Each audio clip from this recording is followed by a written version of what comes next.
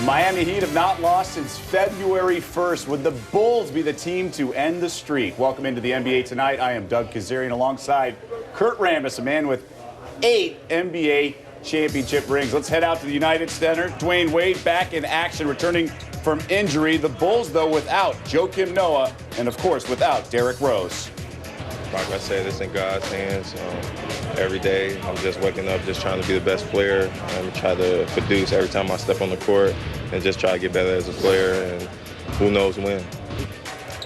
Still no timetable for Rose's return. Bulls got off to a fast start early, something we've seen during this win streak. Absolutely. Miami has been able to allow teams to stay in the first half because they're not focused defensively.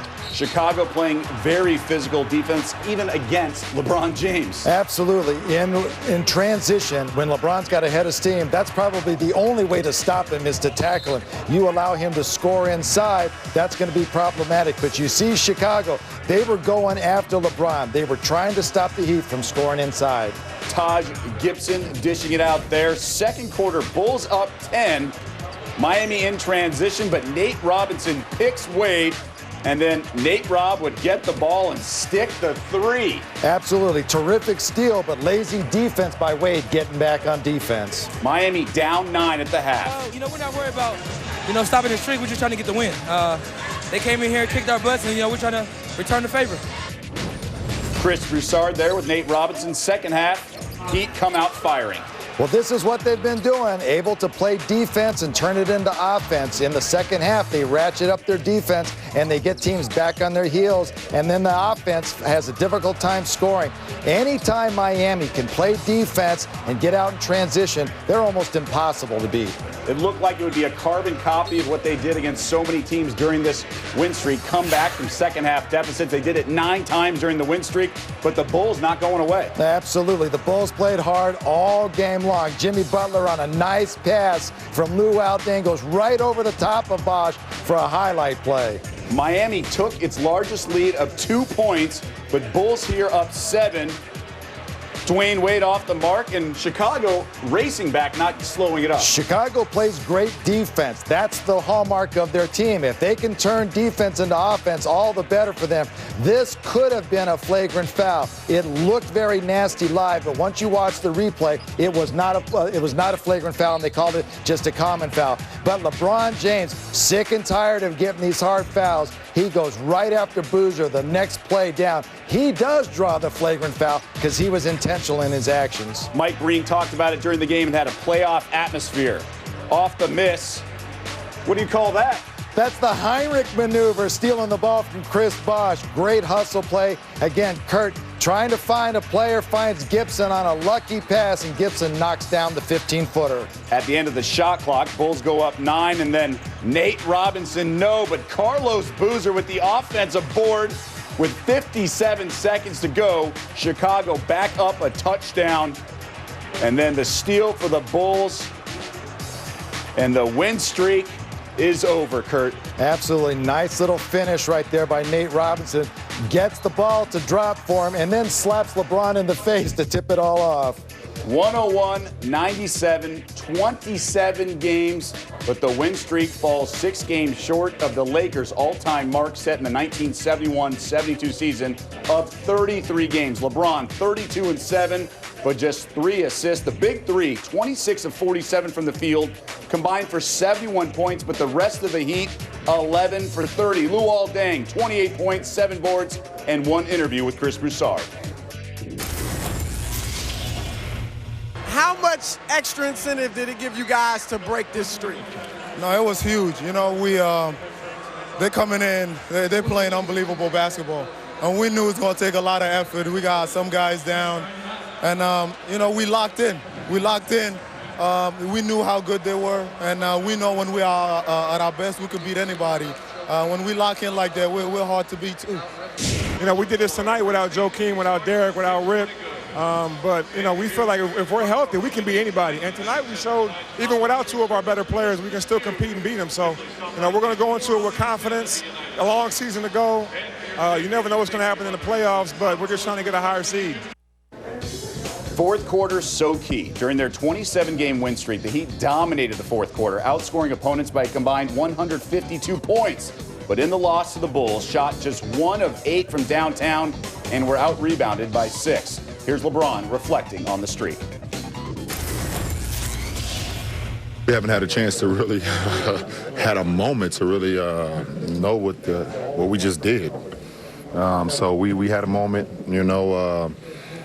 just very fortunate and very humbled and blessed to be a part of this team and be a part of a streak like that. It's one of the best that this league has ever seen. I had everybody come in, put a hand on each other, and for the first time I mentioned the streak in front of the guys, it was worthy of at least stepping back for those few short moments. That it was a heck of an experience for all of us to have together. We understand, I'm probably more so later on, in our careers. We just been coming in working, and the coach would come in and say, listen, now that it's over, let's look back on it. It was something that was, great, something that, will be talked about for a while, something we be able to talk about. But, just a 5-second moment of reflection before we move on to the rest of the season, to what's really important is getting prepared for the playoffs. So the 27-game win streak is now over. Simply put, what did the Bulls do that other teams could not? Well, you have to play defense against Miami. You've got to do a great job getting out in transition and stop their transition game. And you've got to be able to make them play half-court basketball. But against them, you have to figure out how to score against their defense. And that means good ball movement. You see Kirk Heinrich finding Lou Alding on 2 3-point attempts because he's shifting the Miami Heat defense. Again, another opportunity. Lou Alding gets inside, collapses the Miami Heat defense. Ball swung around quickly, finding Jimmy Butler in the corner for an open 3-point shot. That's how you beat the Miami Heat defense. You've got to move the basketball faster than they can rotate. And the Bulls doing it shorthanded. Let's put the hustle and muscle in the NBA tonight spotlight. Bulls bench coming up huge, Kurt. They did a great job. This is part of the normal rotation for Coach Tom Thibodeau. You're bringing Taj Gibson off the bench. You're bringing Nate Robinson off the bench. Look at Kurt. Look at Kurt Heinrich right here. Not allowing the opportunity for LeBron to score. Nate Robinson coming from behind and stealing the ball from Dwayne Wade. And then Jimmy Butler not allowing that opportunity and fast break for Dwayne Wade to score. Then Kurt Heinrich with the Heinrich maneuver, stealing the basketball. And then Jimmy Butler and Taj Gibson not allowing LeBron James to get an easy layup right at the end of the ball game. Okay, we talked about it, missing 4 key players, including former MVP Derrick Rose. I saw Tom Thibodeau on the sideline, but I didn't see any smoke and mirrors. What did Thibodeau have? Well, they are a team that plays good defense. And when you look at the scoring average that they were able to hold Miami down to this year, they have the best scoring average against Miami. So they play great defense. You know they were going to do that.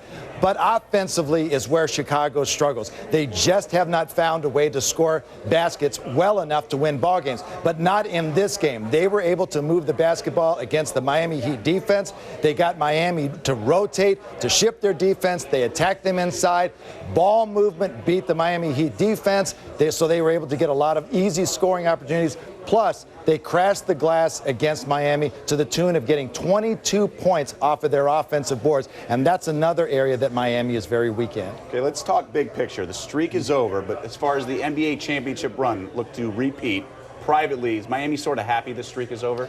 I don't think the players are happy that this streak is over. I wish that they probably wish that they could have gotten the record and won an NBA title. But whether they got the record or they have this streak at 27 games, nothing will be accomplished in their minds unless they win a title to follow up this great run that they were on. But I'm sure that Coach Eric Spoelstra is happy because now he gets an opportunity to send a message to his team that there are areas that we need to improve upon. Our rebounding, our defense has to get better, and we've got to find ways to score against tough defense in half-court situations. That probably wasn't going to happen if they continue to win games because they were just fighting, struggling to figure out how to win. And a lot of times you can't get players' attentions when they're so focused on some other goal other than improving for the playoffs. Wipe the slate clean, focus on a championship. Right. We're looking at the playoffs now. Right. What do we have to do to get better to win a title? Because no matter what happened this season, if the Miami Heat did not win a championship, it was all going to be for naught. And you know a little something about defending a title and trying to repeat. Kirk Heinrich and the Chicago Bulls set the tone right from the opening tip. They were going to make everything difficult for Miami and do everything they possibly could to snap the second longest winning streak in NBA history. And that extra effort, the toughness, the physical play, the competitiveness that we've seen from Tom Thibodeau. And the Bulls certainly came to fruition as they get the victory at home before a raucous crowd here at the United Center. So impressive the way Chicago played to end the streak. And it's the typical formula for why they win basketball games under Tom Thibodeau.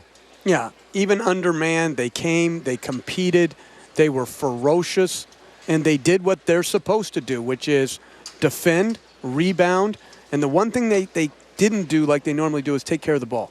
Well, it didn't hurt them in terms of the final score, but so many different players played so well for the Bulls tonight to make it happen. Well, and just the extra passing, 27 assists. Jimmy Butler, I thought, had another big game as a starter there with the corner three, and then Luol Deng at both ends of the floor had a huge impact on the game. And this was the play of the game in my estimation, the Carlos Boozer in traffic rebound to put him up 7 late. And then Nate Robinson iced it with the little floater to put him up 9 and seal the victory. Luol Deng, magnificent at both ends. Boozer, big plays. Jimmy Butler's second straight strong game for him came up with some excellent shots. And Nate Robinson did his thing off the bench as well. And also in a game like this, especially two terrific defensive teams, execution at certain times of the game so important, and the Bulls really pulled that off. Sometimes it's just like in football, Mike, where special situations are the biggest and critical factor. And Chicago executed their out-of-bounds plays phenomenally tonight. There, the catch and shoot for Robinson. Here, a side out of bounds, a fake hand back, a penetration by Gibson, three-point play opportunity.